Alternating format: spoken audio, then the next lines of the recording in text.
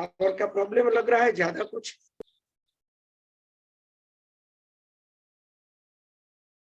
Tower का problem है? मेरी आवाज आ रही है? आ रही है स्वामी जी, आ रही है। हाँ, टावर का कोई प्रॉब्लम नहीं है ना अभी? नहीं, आ क्योंकि रही है, आवाज आ रही। हाँ, मैंने मोबाइल तो दूर ही रखा है। व्यासुवाच, व्यास जी बोले, हे राजन, युद्ध आरंभ हो जाने पर क्रोध एवं लोभ के वशीभूत उन दोनों राजाओं ने लड़ने के लिए शस्त्र उठा लिए और तब उनके बीच भयानक संग्राम हुआ। हाँ, एक राजा की मृत्यु हुई और उसकी 2 रानी थी, तो उन दोनों रानी के पुत्र को गद्दी पर बैठाने के लिए वो युद्ध हुआ था, याद आ गया। युद्ध के लिए कृत संकल्प के विशाल बाहु राजा युधाजित धनुष धारण करके अपनी सेना और वाहन आदि के साथ रणभूमि में डट गए। इधर इंद्र के समान तेजस्वी वीरसेन भी क्षत्रियोचित धर्म का अनुसार करते अपने दोहित्र के हित साधन हेतु विशाल सेना के साथ रण क्षेत्र में उतर गए। दोनों कन्याओं के पिता आमने सामने युद्ध करने लगे।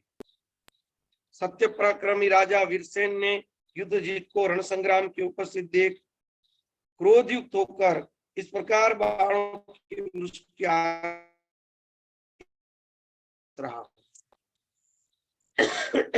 उन दोनों के युद्ध की यहाँ पे वर्णन है।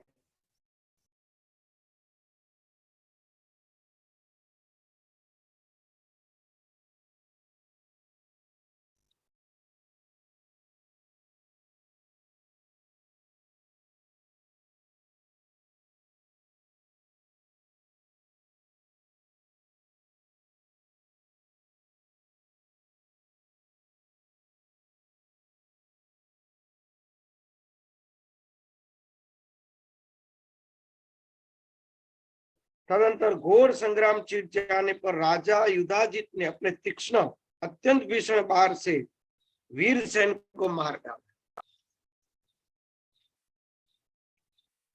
कटे मस्तक वाले महाराजा वीरसेन पृथ्वी पर गिर गए, सेना नष्ट हो गई और चारों दिशाओं में भागदौड़ मच गई। अपने पिता वीरसेन को संग्राम में मरा हुआ सुन अपने पिता के वैर का स्मरण करते हुए मनोरमा भय से व्याकुल चिंता में पड़ गई। बुरे विचारों वाला वह पापी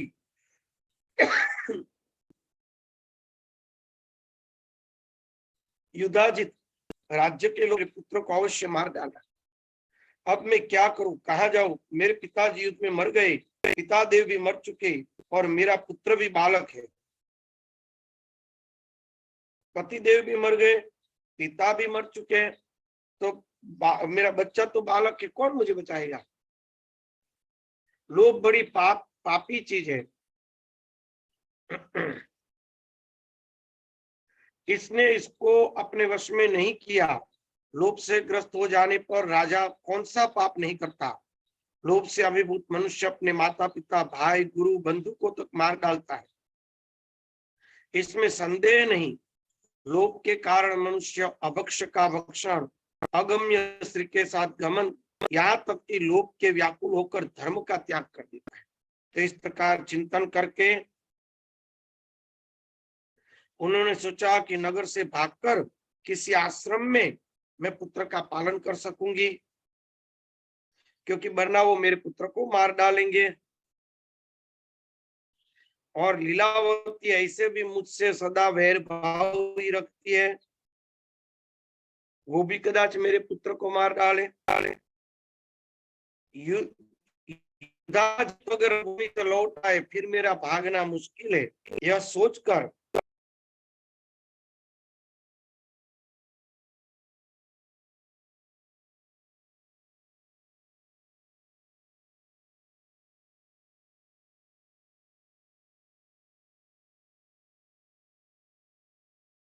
वह रानी अति सम्मानित, सभी कार्यों से दक्ष, विचार कुशल, श्रेष्ठ मंत्री प्रवर विदल्ल को बुलाकर उन्हें एकांत में ले गई। बालक को हाथ में रोती हुई सौंप कर दीन मन वाली उन मनोरमा ने अत्यंत दुखित होकर कहा कि मेरे पिता युद्ध में मर गए, मेरे पुत्र अबोध बालक है, राजा युधाजित बलवान है, मुझे अब क्या करना चाहिए, तुम ही बताओ। तब विदल ने उससे कहा कि यहाँ नहीं रहना चाहिए, हम लोग यहाँ से वाराणसी के वन में चले जाएंगे, वहां सुबाहु नाम के विख्यात मेरे मामा रहते हैं, वे समृद्धिशाली महाबलशाली है, वे ही अब हम लोगों की रक्षा करेंगे। इस प्रकार से वहां से निकले।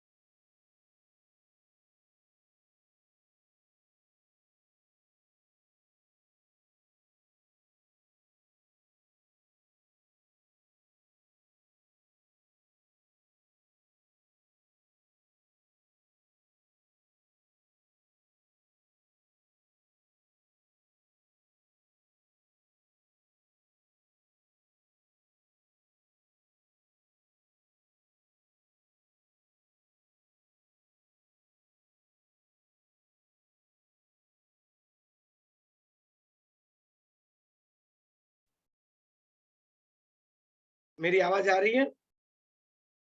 जी स्वामी जी, आ रही है। मन में युधाजित के दर्शन की लालसा से नगर से बाहर निकल जाना चाहिए और रथ सवार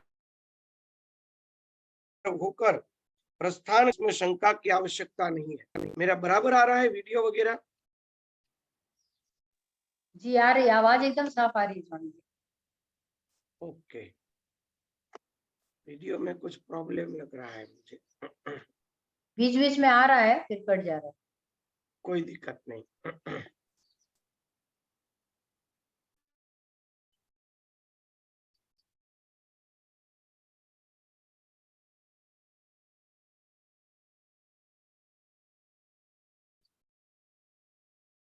विदल ने ऐसा कहने पर रानी मनोरमा लीलावती के पास गई और बोली कि हे सुनैने, मैं तुम्हारे पिता के दर्शन करने के लिए जा रही, ताकि क्या कोई उसको रोक न सके।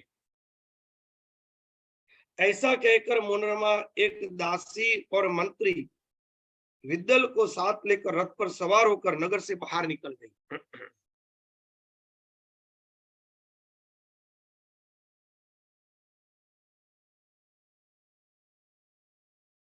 उस समय बहुत डरी हुई, दुखित, अत्यंत दीन, पिता के मृत्युजन्य शोक से व्याकुल मनोरमा राजा युद्धसेन से मिलकर तत्काल अपने मृत पिता का दाह संस्कार कराकर भय से व्याकुल कांपती हुई 2 दिन में गंगा के तट तक पहुंच गई। फिर वहां से वो लोग चुपके से सीधे भाग गए। कह ये रहे थे कि मैं अपने पिता को अग्निदाह कर लो, ऐसा कहकर कब कहां से सबके अंदर छुप के भाग गए, किसी को पता चलने नहीं दिया, क्योंकि मंत्री बड़े बुद्धिशाली थे, उन्होंने बचा लिया दोनों को। वहां से निषादों ने उसे लूट लिया, भीलों ने रास्ते में लूट लिया, उसका सारा धन रथ छीन लिया, सब कुछ लेकर वे धूर्त दस्यु चले गए। तब वह रोती हुई पुत्र को लेकर सौरंद्र के हाथ का सहारा लेकर किसी प्रकार गंगा के तट पर गई। एक छोटी सी नौका पर डरती हुई बैठकर पवित्र गंगा को पार करके वह भयक्रांत मनोरमा चित्रकूट पर्वत तक पहुंच गई। वह भयभीत मनोरमा भारद्वाज मुनि के आश्रम में शीघ्रता से पहुंची। तब वहां तपस्वियों को लेकर वह निर्भय हो गई। तदंतर भारद्वाज मुनि ने पूछा कि हे शुचित स्मिते, तुम कौन हो, किसकी पत्नी? इतने कष्ट में तुम कहां से आई? मुझसे सत्य कहो, तुम कोई देवी अथवा मानवी हो? अपने इस बालक पुत्र के साथ वन में क्यों विचरण कर रही हो? हे सुंदरी, तुम राज्य भ्रष्ट जैसी कोई प्रतीत लग रही हो, क्योंकि लक्षण देखे कोई राज्य भ्रष्ट ऐसी है, परंतु कपड़े वगैरह तो फटे टूटे हुए थे। मुनि के पूछने पुरुष रूपवती रानी ने कुछ भी उत्तर नहीं दिया। दुख से संतप्त रोती हुई अपने मंत्री विदल को सारी बातें बताने के लिए संकेत किया। तब विदल ने मुनि से कहा कि ध्रुव सिंधु एक श्रेष्ठ नरेश थे, ये उन्हीं की मनोरमा नाम वाली पत्नी है। सूर्यवंश में उत्पन्न महाबाली राजा को सिंह ने मार डाला। सुदर्शन नामक यह बालक उन्हीं राजा का पुत्र है। उनके अत्यंत धर्मात्मा पिता उनके इस दोहित्र के लिए संग्राम में मर गए। अतएव युद्ध जीत के भय से संतृप्त हो इस निर्भीक वन में आ गई। हे महाभाग मुनि श्रेष्ठ, अबोध पुत्र वाली ये राजपुत्री अब आपकी शरण में आई है, अतः आप इनकी रक्षा कीजिए। किसी दुखी प्राणी की रक्षा करने में यज्ञ करने से भी अधिक पुण्य प्राप्त होता है। भयभीत तथा दीन की रक्षा तो और भी अधिक फलदायी कही गई है।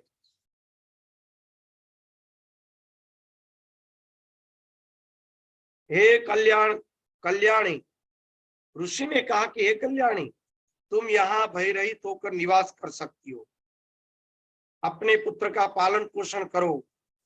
तो यहाँ तुम्हें शत्रुओं से उत्पन्न होने वाला किसी प्रकार का भय नहीं करना चाहिए। तुम अपने इस कांतिमान पुत्र का पालन करो, तुम्हारा यह पुत्र आगे चलकर महान राजा होगा। यहाँ तुम लोगों को कभी भी कोई दुख तथा शोक नहीं प्राप्त होगा। मुनि के इस प्रकार कहने पर महारानी मनोरमा निश्चित हो गई। मुनि द्वारा प्रदान की गई उन कुटिया में वे शोक रहित होकर निवास करने लगी।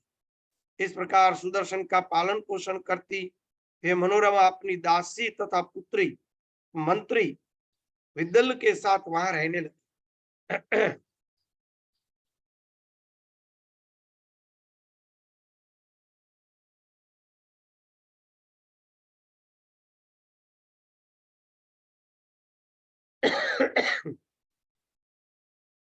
व्यास मुनि ने कहा, तदंतर महाबली युधाजित ने रणभूमि में अयोध्या पहुंचकर सुदर्शन को भी मार डालने की इच्छा से लोगों से पूछने लगा। मनोरमा कहाँ गई ऐसी बार बार कहते हुए उनके सेवकों ने उधर उधर भेज दिया। तत्पश्चात किसी शुभ दिन में अपने दोहित्र को सिंहासन पर बैठा दिया। समस्त मंत्रियों के साथ गुरु वशिष्ठ ने अथर्ववेद के कल्याणकारी मंत्र का उच्चारण करके जल पूरित समस्त कलशों से राजकुमार शत्रुजित का अभिषेक कर दिया।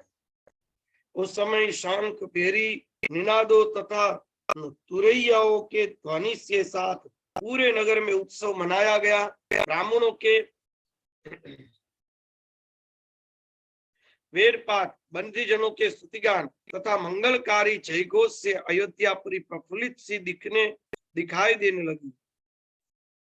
रुष्ट पुष्ट जनों से भरी पूरी स्तुतियों वाद्यों ध्वनि से निनादित अयोध्या उस नए नगर के अभिषेक होने पर नवीनपुरी की भांति सुशोभित हो गई।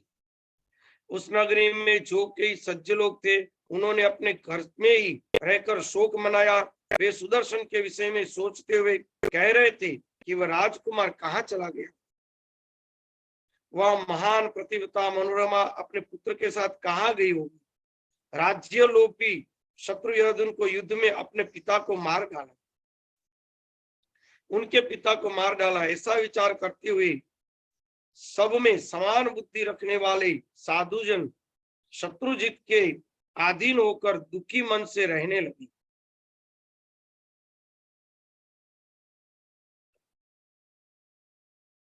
इस प्रकार युधाजित भी विधान पूर्वक अपने दोहित्र को विधि विधान पूर्वक राज सिंहासन पर बैठाकर राज्यभार मंत्रियों को सौंपकर नगर में अपने प्रस्थान किया। सुदर्शन मुनि के आश्रम में रह रहा है, ऐसा सुनकर युधाजित उसे मार डालने की इच्छा से तत्काल चित्रकूट पर्वत की ओर चला है। वहां दुर्दर्श नामक श्रृंगवेरपुर में राजा के वहां पहुंचा। उस विशाल सेना संपन्न पराक्रमी निषाद राज को अगुआ बनाकर शीघ्र आगे की ओर प्रस्थान किया। युधाजित को सेना सहित आता हुआ सुनकर अबोध संतान वाली वह मनोरमा भयभीत और अत्यंत दुखित हो गई। उसे पता चल गया क्या वो मेरी सौत के पिता आ रहे तो जरूर मेरे बच्चे और मुझे मार ही डालेंगे, क्योंकि उसको यहाँ आने की जरूरत क्या है। उसके मेरे पिता का वध कर दिया, अपने दोहित्र को राजा बना दिया, अब वह विशाल सेना के साथ मेरे पुत्र के वध की कामना से यहाँ आ रहा है। मैंने सुना है कि पूर्व काल में जब मुनियों के पवित्र आश्रम में द्रौपदी के साथ पांडव निवास कर रहे थे, उसी समय एक दिन वे 5 भाई आखेट के लिए चले गए और द्रौपदी वहीं पर मुनियों की उस पावन आश्रम में रह गई थी। सौम्य, अत्रि, गालव, कैल, चाबाली, गौतम, भृगु, च्यवन, अत्रिगोत्र, कर्णव, छतु, क्रतु, वितिगोत्र, समंतु, यज्ञदत्त, इस प्रकार से ये सब भारद्वाज आदि अन्य पुण्यात्मा मुनिगण उस पावन आश्रम में विराजमान थे, सभी वेद पाठ कर रहे थे। हे मुनि समुदाय से संपन्न उस आश्रम में वह द्रौपदी अपनी दासियों के साथ निर्भक होकर रहती थी। शत्रु को संताप पहुंचाने में समर्थ धनुष बाण धारण करने वाले पांडव मृगिया पीछा करते हुए एक वन से दूसरे वन निकल गए। उसी बीच समृद्धशाली सिंधु नरेश जयद्रथ वेद ध्वनि सुनकर अपनी सेना के साथ आश्रम के पास आए। वेद पाठ सुनकर राजा जयद्रथ पुण्यात्मा मुनि के दर्शन की इच्छा से शीघ्र पूर्वक रथ से उतरा। जब वह अपने 2 भृत्यों के साथ आगे बढ़ा तो मुनियों को वेद पाठ में संलग्न देखकर वहीं पर बैठ गया। राजा जयद्रथ हाथ जोड़कर कुछ देर तक बैठा रहा। उसके बाद उस मुनियों से भरे हुए उस आश्रम में प्रविष्ट हुआ। पश्चात मुनियों की पत्नी अन्य स्त्रियां वहां बैठी हुई राजा जयद्रथ को देखने की इच्छा से वहां आ गई और लोगों ने पूछा, यह कौन है? लोगों से पूछा कि कौन है? उसी स्त्रियों के साथ परम सुंदर द्रौपदी भी आई थी। जयद्रथ की दृष्टि दूसरी लक्ष्मी के समान उस द्रौपदी की ओर पड़ी, दूसरी देव कन्या की भांति प्रतीत हो रही थी। उस समय नेत्रों वाली द्रौपदी को देखकर राजा जयद्रथ ने ऋषि धौम्य से पूछा, क्या सुंदर मुख वाली युवती कौन है? यह किसकी पत्नी, किसकी पुत्री, इसका नाम क्या है? ये साक्षात इंद्राणी की भांति प्रतीत हो रही है। यह स्त्री बबुले के वन में स्थित लवंग लता तथा राक्षसियों के समूह के बीच रंभा के समान प्रतीत हो रही है। आप सच सच बताइए कि यह कौन है? सौम्य ने कहा कि सिंधु नरेश, समस्त शुभ लक्षणों वाली यह पांडवों की प्रिय भार्या पांचाल नरेश की पुत्री द्रौपदी है। जयद्रथ ने कहा कि विख्यात पराक्रमी 5 पांडव कहाँ गए? महान बलशाली वीर निश्चित होकर इस समय वन में कहाँ रह रहे? सौम्य ने कहा कि पांडव इस समय रथ पर आरूढ़ होकर आखेट खेलने वन में गए हैं। राजागण मध्याह्न काल में मृगियों को लेकर आ जाएंगे। मुनियों का यह वचन सुनकर राजा जयद्रथ अपने आसन से उठा और द्रौपदी के पास जाकर उन्हें प्रणाम करके बोला कि हे परम सुंदरी, आपके पतिगण कहाँ है? आपको वन में निवास करते हुए आज 11 वर्ष बीते। पश्चात द्रौपदी ने कहा कि राजकुमार, आपका कल्याण हो। अभी थोड़ी देर में पांडव आ जाएंगे, तब तक आश्रम के समीप निवास कीजिए। उससे ऐसा कहने पर लोभ से आक्रांत उस जयद्रथ ने मुनिवरों की अवहेलना करते हुए द्रौपदी का हरण कर दिया। द्रौपदी को लेकर वहां से भागे। तब मनोरमा ने कहा कि ये स्वामी, अतएव बुद्धिमान लोगों को चाहिए कि वे किसी पर भी विश्वास न करें। देखो इतने मुनि थे, फिर भी उनके सामने द्रौपदी को लेकर जयद्रथ भाग गया था। तो हमें कभी किसी का जल्दी से विश्वास करना नहीं चाहिए कि कदाचित ये मुनि मुझे न बचा सके। तो ऐसा करने वाला व्यक्ति दुखी प्राप्त होता है। इस विषय में राजा बलि उदाहरण है। विरोचन पुत्र बलि वैभव संपन्न परायण, सत्य प्रतिज्ञ, यज्ञ करता और साधु के सम्मान थे। प्रहलाद के पुत्र राजा बलि सभी अधर्म का कभी भी अधर्म का पालन नहीं करते थे, अधर्म का आचरण नहीं करते थे। उन्होंने दक्षिणायुक्त 99 यज्ञ किए, फिर भी सत्वगुण की साक्षात मूर्ति योगियों द्वारा सदा आराधित विकारों से रहित भगवान विष्णु देवताओं का प्रयोजन सिद्ध करने के लिए कश्यप से उत्पन्न होकर वामन कपट वेश धारण करके छल पूर्वक राज्य को छीन और सागर समेत पृथ्वी ले ली। विरोचन के पुत्र बलि इस सत्यवादी राजा थे। मैंने तो यह सुना है कि भगवान विष्णु ने इंद्र के लिए यह कपट किया था। जब भगवान सत्व की मूर्ति भगवान विष्णु ने बलि का यज्ञ ध्वंस करने की कामना से वामन रूप धारण किया, तब अन्य लोगों की तो कहना ही क्या। अतः हे स्वामी, किसी पर भी विश्वास नहीं करना चाहिए, क्योंकि यदि चित्त में लोभ रहता है तो पाप करने में किसी भी प्रकार का व्यक्ति को डर नहीं होता। हे मुनि, लोभ के वशीभूत प्राणी सभी प्रकार के पाप करते, उस समय उसकी परलोक का किंचित मात्र भी भय नहीं रहता। लोभ के नष्ट हुए चित्त वाले प्राणी दूसरों का धन हड़प कर लेना, मन वचन कर्म से सम्यक तत्पर रहते। देवताओं की निरंतर आराधना करने के मनुष्य उनकी धन की कामना करते। यह निश्चित है कि देवता अपने हाथ से धन उठाकर उन्हें देने में पूरी तरह से समर्थ नहीं है, किंतु व्यवसाय, दान, चोरी अथवा बलपूर्वक लूट आदि किसी भी माध्यम से मनुष्य का अभिलषित धन दूसरे के पास से लाकर उन्हें देते हैं। बड़ी सोचने जैसी बात है। देवता सीधा अपने हाथ से नहीं देते। देवता की जब उपासना करते हैं तो देवता 4 प्रकार से आपको धन देते हैं। व्यवसाय से, अपने पुरुषार्थ से, दान से, कोई ऐसा साधु है, ब्राह्मण है तो उसको कोई ना कोई दान प्राप्त हो जाएगा, या तो चोरी से, उसको चोरी करने में सफलता मिलेगी, कोई पकड़ ही नहीं सकता है, वो भी पुण्य का ही काम है। पूर्व जन्म में जो पुण्य है उसका प्रताप, पुण्य का काम यानी पूर्व जन्म के पुण्य के प्रताप से वो होता है। और बलपूर्वक लूट लेना, तो बलपूर्वक लूट लेते मगर उसे कोई नहीं पकड़ सकते, तो वो भी उसके पुण्य के जो पुण्य है, वो पुण्य के प्रभाव से ही देवताओं के कारण वो सफल होता है।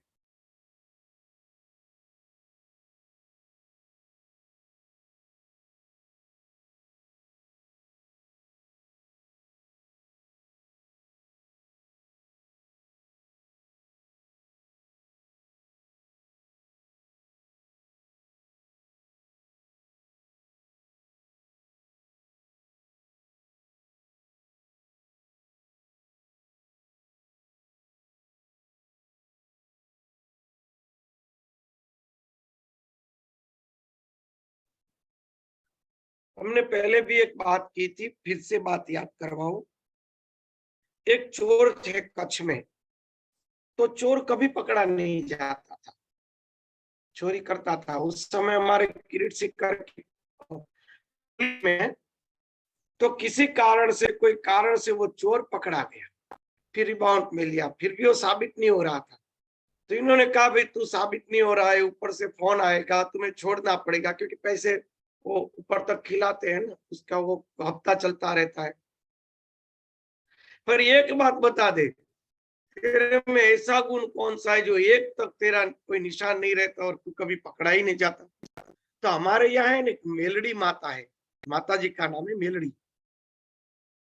तो वो कहता था कि मेलड़ी माँ की मैं उपासना करता हूँ और निकलते समय माँ को अगरबत्ती और दिया करके निकलता हूँ, अभी तक पकड़ा नहीं गया। भूल से कोई कारण से हमारे यहाँ सूतक था और माता जी को दिया नहीं किया ना, देखो इसलिए मैं आज पकड़ा गया। हमारे भी देव होते हैं। उसकी श्रद्धा काम करेगी ना। चोर के भी देव होते हैं ना, तो वो भी श्रद्धा होती है, उसके प्रताप से ही वो चलता है। तो देवता लोग चोर को, बलपूर्वक छीन लेने वालों को, दान देने वालों को और व्यवसाय के कर्म से किसी न किसी को प्रेरणा करके देते हैं संपत्ति। देवता कभी अपने हाथ से नहीं देते, उपासना का फल कोई न कोई प्रकार से प्राप्त होता है। तो एक नंबर का काम ही इसका ठीक है ये नहीं स्वामी कि जी हम लोग के उपासना। लिए। हाँ बोलिए। एक नंबर का काम ही ठीक है स्वामी जी हम लोग के लिए, तो पहला वाला। वही मैं कहने वाला था कि ये मत समझना कि भाई इतने जप किए फिर भी कुछ नहीं मिला तो चलो डंके डाल दे, कदाच उस पे सफलता दे दे। कदाच मारपीट भी हो जाए, यहाँ सफलता नहीं मिली वहां भी न मिले, ऐसा भी हो जाए। विक्रय करने के लिए पर्याप्त धन, वस्त्र आदि का संग्रह करके वैश्य इस भाव से देवताओं की पूजा करते कि मेरे पास विपुल धन हो जाए। हे परंतप, क्या इस व्यापार के द्वारा दूसरों का धन ग्रहण करने की इच्छा नहीं होती? होती है। वस्तु का संग्रह करके बाद में ही वह भाव महंगा होने की इच्छा से करते हैं। कोई भी वस्तु का संग्रह क्यों करते हैं? महंगा करने के लिए। देखो इतने वर्षों पहले भी श्लोक में यह विद्या दिखी गई। कोई वस्तु का जब संग्रह करेंगे तो वो वस्तु महंगी होगी। ये कितने वर्षों पहले ऋषियों को भी पता था। बराबर है ना, श्लोक सही थे। ग्रहण काले तु संप्राप्ते महर्धन चापी कांक्षति। तो उनसे क्या होगा? उसकी महत्वाकांक्षा है, इसीलिए वो इकट्ठा करते हैं और भाव बढ़ाने के बाद बेचते। हे ब्राह्मण, इस प्रकार सभी प्राणी दूसरों का धन के लेन देन के लिए निरंतर तत्पर रहते और फिर विश्वास कैसा करना इसमें? लोभ मोह से घिरे हुए लोगों का तीर्थ दान अध्ययन सब व्यर्थ हो जाता है। उनका किया हुआ वह सारा कर्म न कर्म करने के समान हो जाता है।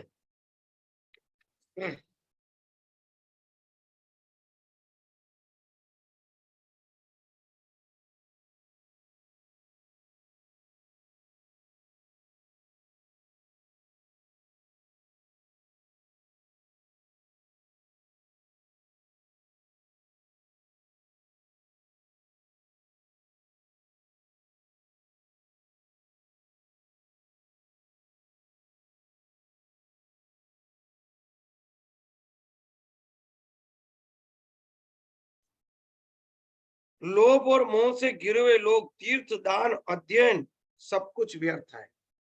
अगर हमें भजन करना है, तीर्थों का सेवन करना है, सत्कार्य करना है, तो लोभ और मोह को छोड़ के करना पड़ेगा, वरना वो व्यर्थ हो जाएगा। अतः हे महाभाग, इस विवाजित को घर लौटा दीजिए। हे द्विजोत्तम, जानकी की बाती, मैं अपने पुत्र के साथ यहीं आपके साथ निवास करूंगी। मुझे कोई राज्य का मोह नहीं है, मैं आपके साथ निवास करूंगी, इसे लौटा दीजिए। मनोरमा के ऐसा कहने पर तेजस्वी भारद्वाज मुनि राधा युधा जी के पास जाकर उनसे बोले कि हे राजन, अपने इच्छा अनुसार आप अपने नगर को चले जाइए। छोटे बालक वाली यह मनोरमा बड़ी दुखी है, वह नहीं आ सकती। युधाजित बोला कि हे सौम्य मुनि, आप हठ दौड़ छोड़ दीजिए, मनोरमा को विदा कीजिए, इसे छोड़कर मैं नहीं जाऊंगा। मैं इसे अभी बलपूर्वक ले जा रहा हूं। तब ऋषि बोले कि जैसे प्राचीन काल में विश्वामित्र वशिष्ठ की गौवा ले जाने के लिए उद्यत हुए, उसी प्रकार यदि आप में शक्ति हो तो आज मेरे आश्रम से बलपूर्वक इसको ले जाइए।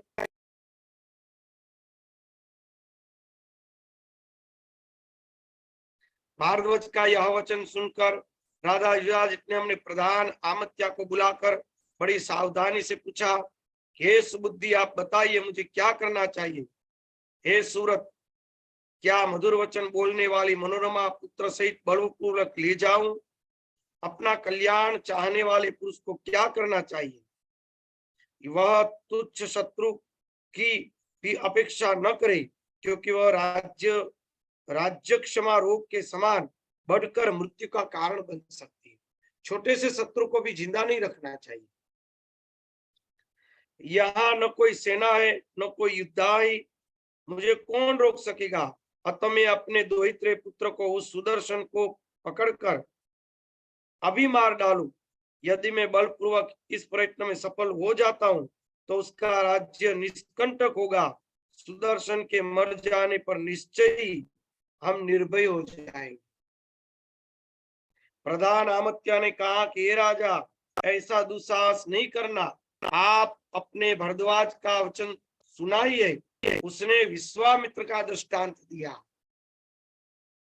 प्राचीन समय में गाधी तनय विश्वामित्र एक समुद्रशाली राजा थे। एक बार वे महाराज दूत उस महर्षि वशिष्ठ के आश्रम में जा पहुंचे। प्रतापी राजाओं में श्रेष्ठ विश्वामित्रों ने प्रणाम करके मुनि द्वारा प्रदत्त आसन पर बैठ गए। महात्मा वशिष्ठ ने उन्हें भोजन कराया। तब यशस्वी गाधी पुत्र विश्वामित्र सेना सहित उपस्थित हो गए। उस समय भक्ष्य भोज्य आदि जो भी आवश्यकता हुई सब नंदिनी गौव्य ने उपस्थित कर दिया। सेना सफेद राजा विश्वामित्र मनवांचित भोजन करके नंदिनी गौ का प्रभाव समझकर वे राजा मुनिश्रेष्ठ वशिष्ठ की नंदिनी को मांगने आए। विश्वामित्र ने कहा, आपको पर्याप्त दूध देने वाली हजारों गैया दे दूं, आप मुझे यह नंदिनी गौवा दे दें। वशिष्ठ ने कहा, यह गौवा होम के लिए भविष्य प्रदान करती है, अतः मैं इसे किसी प्रकार नहीं दे सकता। आपकी आय आपके पास रहे। विश्वामित्र ने कहा, आपकी इच्छा के अनुसार 10,000 1,00,000 गौवा दे दूं, नंदिनी मुझे दे दे, नहीं तो इसे बलपूर्वक ग्रहण कर लूंगा। वशिष्ठ जी ने कहा कि जैसी आपकी रुचि, आप इसे बलपूर्वक अभी ले जाइए, किंतु हे राजन, मैं तो इस नंदिनी को स्वेच्छा से आपके आश्रम में जाने नहीं कहूंगा। यह सुनकर राजा विश्वामित्र ने अपने महाबली अनुचरों को आदेश दिया कि तुम लोग इस नंदिनी गवा को ले चलो। तब बल के अभिभाव में चूर अनुचरों के आक्रमण से उस धेनु को बलपूर्वक बांधकर पकड़ लिया। तब आंखों से आंसू भरकर कांपती हुई नंदिनी ने मुनि से कहा, हे मुनि, आप मुझे क्यों त्याग कर रहे हो? ये सब मुझे बांधकर खींच रहे हैं। वशिष्ठ ने कहा कि हे उत्तम दूध वाली, मैं तुम्हें त्याग नहीं करता हूं। ये राजा तुम्हें बलपूर्वक ले जा रहा है, जबकि मैंने कभी इसका स्वागत नहीं किया। मैं आप अपने मन से तुम्हें छोड़ना नहीं चाहता। मुनि के ऐसा कहने पर धेनु क्रोधित हुई, कर्कश शब्दों वाला अत्यंत भयंकर हंभार प्रकट किया, यानी आवाज की। उसी समय भयंकर दैत्य ठोर ठोर ऐसा कहते हुए निकल पड़े और वे शस्त्र धारण किए हुए उस शरीर कवच से ढके हुए थे। उन्होंने सारी श्रृंगार कर दिया। नंदिनी को उससे छुड़ाकर अत्यंत व्यतीत होकर राजा विश्वामित्र अकेले ही घर लौटे। मैं कितना पापी एवं दीनात्मा हूं कि क्षत्रिय बल की निंदा करते हुए वे विश्वामित्र ब्राह्मणों के बल को महान दुरसाध्य समझकर तप करने लगे। पर महावन में अनेक वर्षों तक कठोर तपस्या कर विश्वामित्र क्षात्र धर्म का त्याग करके ऋषित्व को प्राप्त कर लिया। हे राजेंद्र, आप भी ऐसा उद्वत वैर मत कीजिए, क्योंकि तपस्वियों के हाथ किया जाने वाला युद्ध निश्चय ही कुल का नाश करता है। आप तपोनिधि मुनिवर भारद्वाज के पास अभी जाइए, उन्हें आश्वासन दीजिए, सुदर्शन को यही छोड़ दीजिए, जिससे वह आनंद पूर्वक रह सके। हे राजन, आप दीन बालक, आपका क्या अहित कर सकता है? ऐसे दुर्बल एवं अनाथ बालक के प्रति आपका यह वैर व्यर्थ है। सर्वत्र दया करनी चाहिए। यह संसार सदा देव के अधीन है। ईर्षा करने से क्या लाभ? जो होनी होगी वह तो होकर ही रहेगी। देव योग से कभी वज्र तृण बन जाता है, किसी समय तृण भी वज्र बन जाता है, इसमें संदेह नहीं। देव योग से ही खरगोश सिंह को, मच्छर हाथी को मार देता है। अतः हे मेघावी, आप दुस्साह छोड़ के मेरे हितकर वचन को अब मान लीजिए। यानी कि जो होने वाला होगा वो आप छोड़ दो, आप चिंता क्यों कर रहे हो? खामखा इन बालक की हत्या करके को आप मोड़ रहे हो? इस बालक के भाग्य में, आपके बालक भी बड़ा होगा तब की बात है ना, वो आएगा कुछ युद्ध करेगा, तब तक आपके बालक ने भी बहुत राज भोग लिया होगा। फिर वो क्षत्रिय है, अपने सामर्थ्य से अगर धारेगा तो जीत लेगा, तो वो धर्म होगा, एक दूसरे को युद्ध से जीते हो। मगर ये अभी बात है, वो अच्छी बात नहीं है। जो बालक को मार डालना वो महापाप है। व्यास जी ने कहा कि मंत्री की यह बात सुनकर नृपश्रेष्ठ राजा युधाजित भारद्वाज को सिर झुकाकर प्रणाम करके पूर्व को रानी मनोरमा निश्चित हो गई। उस आश्रम में रहती हुई सत्यव्रत पुत्री सुंदर सुदर्शन का पालन करने लगी। अब वह सुंदर बालक मुनि बालकों के समान सर्वत्र निर्भय होकर क्रीड़ा करता हुआ दिनों दिन बड़ा होने लगा। एक दिन सुदर्शन के पास आए हुए विदल को किसी मुनि कुमार ने क्लिब इस नाम से पुकारा। क्लिब, उसे सुनकर सुदर्शन ने उसके एकाक्षर क्लीम शब्द को स्पष्ट रूप से धारण कर लिया और उस अनुस्वरहित अक्षर का ही वह बार बार उच्चारण करने लगा। बच्चों में आदत होती ना कि विचित्र कोई शब्द सुन लिया तो वो बोलता ही रहता है, छोटे बच्चे। तो उस तरह से ये बालक भी क्लिप करके बोला, ए क्लिप। तो क्लिप जो था वो उनके मगज में चढ़ गया, तो क्लीम के बदले क्लिप, उस शब्द का वो उच्चारण करने लगा जो बीज अक्षर अनुस्वर रहित था, फिर भी वो उच्चारण करने लगा। बालक के इस कामराज नामक बीज मंत्र को मन में ग्रहण कर लिया, उसे हृदय गम्य करके आदर पूर्वक जप का आरंभ कर दिया। देखा जप का कितना प्रभाव, कि उनके अंदर अनुस्वर रहित माँ का बीजाक्षर करने लगा। तो भी देव योग से उस बालक सुदर्शन को कामराज नामक अद्भुत बीज मंत्र स्वयं प्राप्त हो गया, सिद्ध हो गया। उस समय केवल 5 वर्ष की आयु में ही वह ऋषि तथा छंद से विहीन और ध्यान तथा न्यास रहित मंत्र प्राप्त कर मन ही मन उसे जपता हुआ खेलता सोता था। उस मंत्र को स्वयं सबका सार समझकर सुदर्शन उसे कभी नहीं भूलता, सतत तो क्लिप क्लिप क्लिप करता रहता था। मुनि ने 11वें वर्ष में उस राजकुमार का उपनयन संस्कार किया, उसे वेद पढ़ाया, सांगोपांग धनुर्वेद नीति शास्त्र की विधिवत शिक्षा दी। उस बालक ने उसी मंत्र के प्रभाव से समस्त विद्याओं का सम्यक अभ्यास कर। एक बार उसके देवी के स्वरूप का प्रत्यक्ष दर्शन भी किया। उस समय वे उनके सभी अंगों में रक्तवर्ण ही आभूषण सुशोभित थे। इस प्रकार दिव्य स्वरूप धारण कर वाहन गरुड़ पर विराजमान उन अद्भुत वैष्णवी शक्ति को देखकर राजकुमार सुदर्शन ने मुखमंडल पर प्रसन्नता छा गई। एक बार अनायास भगवती का दर्शन हो गया। देखो, अनुस्वर रहित आधा बीज मंत्र भी किया तो भी भगवती ने उसकर प्रसन्नता कर उसको अपने स्वरूप का दान दे दिया। मंत्र में कितना प्रभाव है, ये मंत्र का ही प्रभाव है ना, जप का ही प्रभाव। इस प्रकार समस्त विद्याओं का रहस्य जानने वाला सुदर्शन उस वन में रहकर जगदम्बा की उपासना करता हुआ नदी तट पर विचरण करने लगा। उसी वन में भगवती जगदम्बा ने उसे धनुष्य, तीक्ष्ण बाण, तीनूर और कवच प्रदान किए। मां ने स्वयं अपने हाथ से प्रदान किया। उसी समय सभी शुभ लक्षणों से युक्त शशिकला नाम के विख्यात काशीराज की परम पुत्री, उस वन में रहने वाले समस्त शुभ लक्षणों से संपन्न पराक्रमी दूसरे कामदेव के समान प्रतीत होने राजकुमार सुदर्शन के विषय में सुना। बंदी जनों के मुख से अति सम्मानित राजकुमार के विषय में सुनकर शशिकला ने मन ही मन बुद्धिपूर्वक उसे पति के रूप में वर्ण करने का निश्चय कर लिया।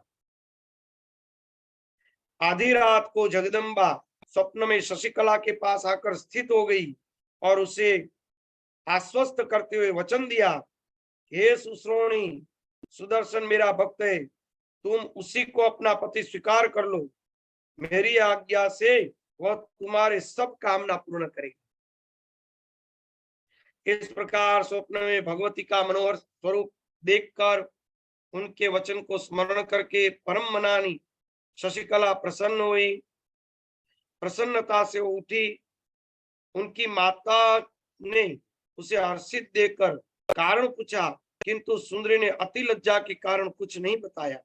स्वप्न का बार बार स्मरण करके प्रसन्नता से युक्त होकर जोर से हंस पड़ती। तब उनके अपनी एक अन्य सखी ने स्वप्न का सारा वृत्तांत विस्तार से प्राप्त कर लिया। किसी दिन वह विशाल नयनी शशिकला अपनी सखी के साथ चंपा के वृक्षों की सुशोभित सुंदर वन में विहार कर रही थी। वह पुष्प चुनती हुई वह कुमारी चंपा वृक्ष के नीचे खड़ी थी। तभी मार्ग में शीघ्रता से आते हुए किसी ब्राह्मण को देखा। उस ब्राह्मण को प्रणाम करके सुंदरी शशिकला ने मधुर वाणी में कहा कि हे महाभाग, आप किस देश की ओर जा रहे हैं और कहां से आ रहे हैं? ब्राह्मण ने कहा कि एक कार्यवश भारद्वाज के आश्रम से मेरा आगमन हुआ। तुम क्या पूछ रही हो, मुझे बताओ। शशिकला ने कहा कि उस आश्रम में अत्यंत प्रसन्नीय, संसार में सबसे बढ़कर विशेष रूप से दर्शनीय कौन सी वस्तु है? ब्राह्मण ने कहा कि महाराज, ध्रुव सिंधु के पुत्र श्रीमान सुदर्शन वहां रहते हैं। पुरुषों में श्रेष्ठ सुदर्शन अपने नाम से अनुरूपी है। जिसने राजकुमार सुदर्शन को नहीं देखा, मैं तो आप उनके नेतृत्व को अत्यंत निष्फल मानता हूं। सृष्टि की अभिलाषा वाले ब्रह्मा ने कौतूहलवश सुदर्शन में सभी गुण भर दिए, अतः गुणों की खान सुदर्शन को ही देखना योग्य मानता हूं। वे राजकुमार तुम्हारे अनुरूप है, तुम्हारे पति होंगे। मणि और कांचन आदि भांति वह तुम दोनों का संयोग मिलने से निश्चित ही पहले से निश्चित हो चुका है। चलो 18वां अध्याय कर लेंगे।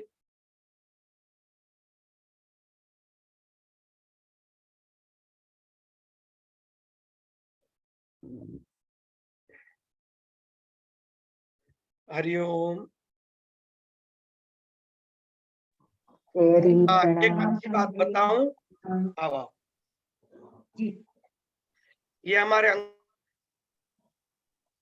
अंकल है और जस्टर में रहते और रोज की 1000 माला करते थे, रोज की। दर्शन से ही होता है हम लोग का तो नाम। वो अपने घर से बाहर ही नहीं निकलते थे। अभी बाहर निकले तो हमारे आश्रम पे बुलाया। हाँ, वाह वाह, प्रणाम प्रणाम। हरे कृष्णा, हरि ओम। रोज की 1000 माला पूरे दिन हमें भी जब आशीर्वाद चालू। दीजिए, हमें भी आशीर्वाद दीजिए। हम लोग के भी 150 हो जाए आशीर्वाद। प्रणाम। आशीर्वाद तो ये स्वामी के शरण में ही है हमारे। आनंद भाई ना बेन जेरी अपने गायत्री मार्बल वाला धनजी काका। अच्छा अच्छा, जेरी दादा જે દાદા ગુરુદેવ નો ફોટો બહુ સરસ લાગ્યો છે પાછળ. જય શ્રી કૃષ્ણ સ્વામીજી. जय श्री कृष्ण। જય શ્રી કૃષ્ણ. જય હરી, પ્રણામ. जय हरि, प्रणाम प्रणाम स्वामी जी, प्रणाम प्रणाम। जय श्री कृष्ण स्वामी जी। प्रणाम स्वामी जी।